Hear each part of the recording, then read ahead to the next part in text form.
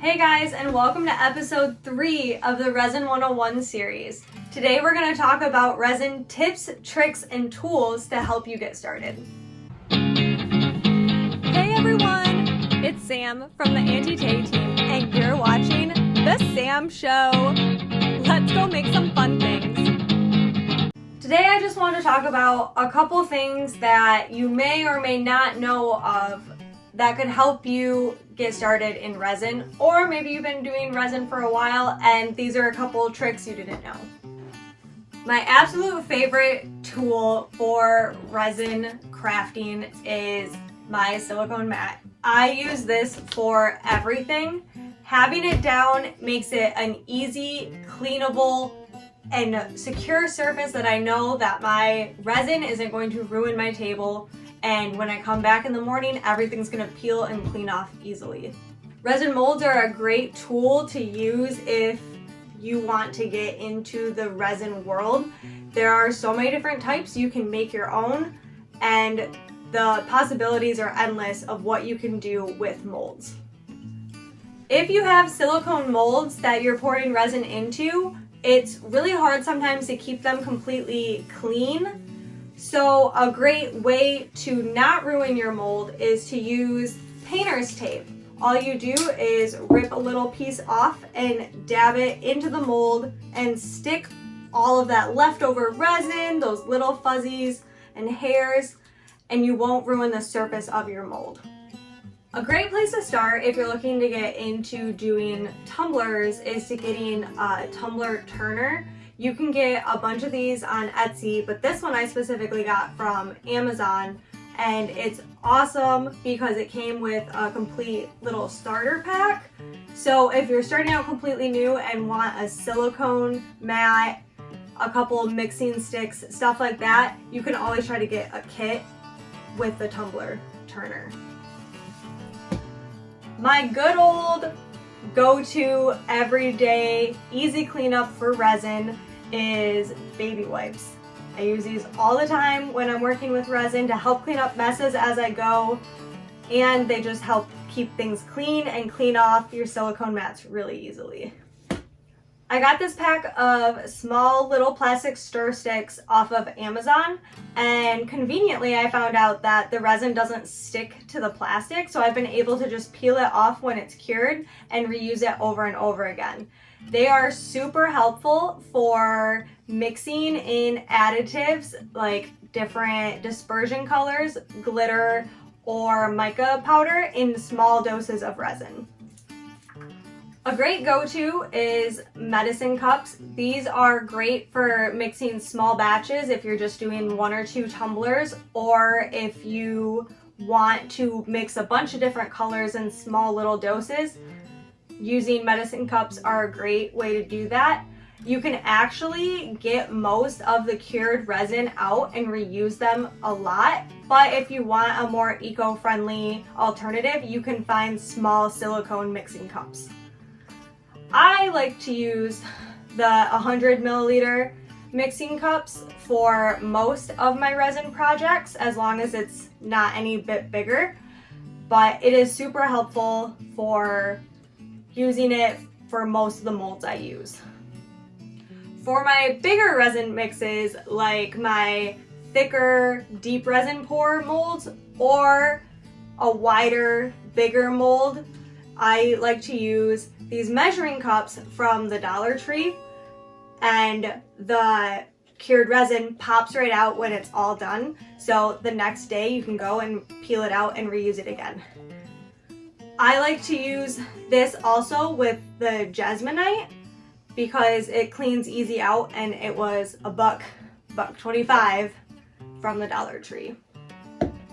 Also from the Dollar Tree is this silicone spatula. I really like this because sometimes you'll find the spatula and the handle are different materials and you'll get resin gunk up on it. But with this complete silicone one, it's super easy to clean off. And I like to use it for my bigger resin pours. Now, for your smaller resin mixes, you can either use popsicle sticks or reusable popsicle sticks, which are now my new favorite. They do the same thing as the silicone spatula, but they're a little bit smaller, so it's easier to work with in the smaller cups in the smaller batches. One of my favorite tools for pouring resin in molds is 91% isopropyl alcohol. So you should not torch or heat up your silicone mold with resin in it at any time. It could cause it to flash cure and adhere to your silicone mold, thus ripping it when it comes time to take it out, and you'll destroy your mold. So when you pour your resin and the bubbles start coming up to the top, if you put a little isopropyl alcohol in a spray bottle and miss the top, it will pop the bubbles, and it helps so much in saving your lifespan of your molds. For keychains and tumblers, a great tool to use are silicone tip makeup brushes. They are pretty much like paint brushes, so you can move the resin around as you want, and you can get really precision control or a widespread control. They also have a bunch of different type of silicone tip brushes out there now, so depending on the project you're doing, these could really make a difference in helping to get the job done faster. One tool that I absolutely love from Cricut are the reverse tweezers. These are really helpful for putting additives into your resin when you're doing molds, or if you're like me and have 500 million animal hairs getting in, it can help pull them out too. I really like using it with my resin stuff. It's not pretty as it used to be because of it, but it's super helpful. Tweezers help so much at getting those little fuzzies and hairs that tend to fall into your resin out. A great tool to have to get rid of those pesky bubbles are torches. You can have a culinary torch or a big baby like this to help get rid of all of those bubbles. Now, you would not use this directly into a mold, but you can torch your resin before you pour into a mold. And these are also great for torching your tumbler on the turner. Keep your torch moving while you're trying to pop bubbles on a piece to avoid burning your resin or causing it to cure improperly from too much heat. If you don't want to use excess heat with a torch, you can always use a heat gun. Heat guns are also a great way of really liquefying the resin and giving you a lot of movement. So if you want to do like those beachy waves, you can get some cool effects using a heat gun to move the resin around. You could have all the tools in your toolbox, but two of the biggest things that you need to think about when you are doing resin are the temperature and the humidity.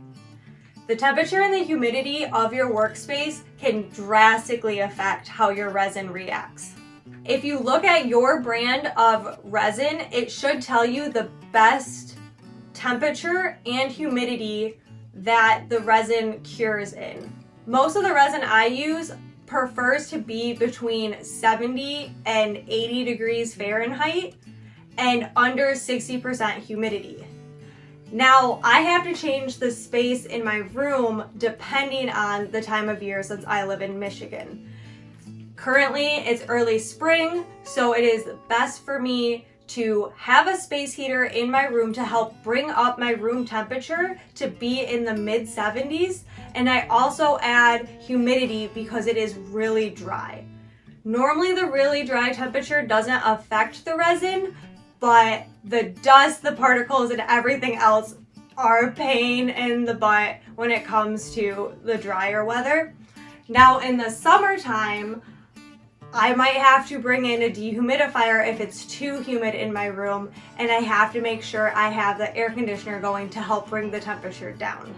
What could happen if your room is too cold is it could take longer for your resin to cure, and if it's too hot, you might actually overheat your resin, causing it to flash cure. Now I want to show you guys these things in action. I like to prep my area with the tools, cups, colors, all the different things before I even mix my resin so everything is ready before I start. Measuring your epoxy resin is extremely important. Get on eye level for an accurate reading to ensure that you're going to have a great piece. To make measuring easier, I like to put my epoxy resin into condiment bottles. It just is easier to control the amount that comes out through the tips. Once you have your resin measured, make sure you slowly mix with your stir stick. If you go too quickly, you're going to cause excess micro bubbles, so the slower you go, the better. You want to mix for about 6 minutes. I wear a watch to help do that. I sped it up for time's sake. But also make sure that you are scraping the sides and your stick to make sure everything is fully getting mixed together. As you're mixing your epoxy resin, you'll notice that it gets cloudy, but when it's completely mixed, it will become clear. So keep stirring until it is completely clear. Then you'll see that I start pouring resin into each individual cup and torching each individual cup as well. It just helps with the micro bubbles if you put the glitter in and then stir it together and then wait a couple minutes for the bubbles to rise to the top, and then you can torch them again.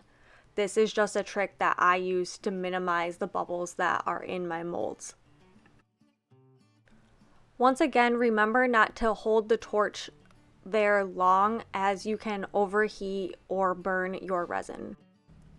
So if you look at the top of the video, you can see my 100 milliliter silicone cup. It is filled with just plain resin, and then I can add more of the clear resin to a given color if I need more.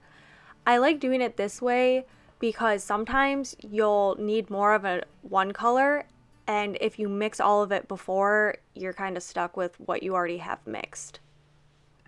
It's also nice if you have access to use a spare mold, and if you have clear resin, then maybe you can mix a new color that you want for that specific mold. But then this way you're not wasting a bunch and you can make something fun with the extra resin. Then all you'll want to do is let your piece sit for a couple minutes and just barely mist it with alcohol. If you use too much, it can kind of get gummy and not fully cure. If you have a deeper or more intricate mold, if you use a little bit of dish soap and water, it will help loosen it up, because you don't really want to pull on your mold too much because you can ruin the face of it by pulling on it too much. But just slowly work it around and it'll pop right out. And then finally, I love to use a deburring tool to get rid of those sharp edges on my finished resin pieces, just so they're not sharp, and it saves you from sanding. It's really nice. Thanks so much, guys, for hanging out. I can't wait to see you next week when we get to talk about the 20 different ideas that you can do with resin and anti-tay glitter. Bye!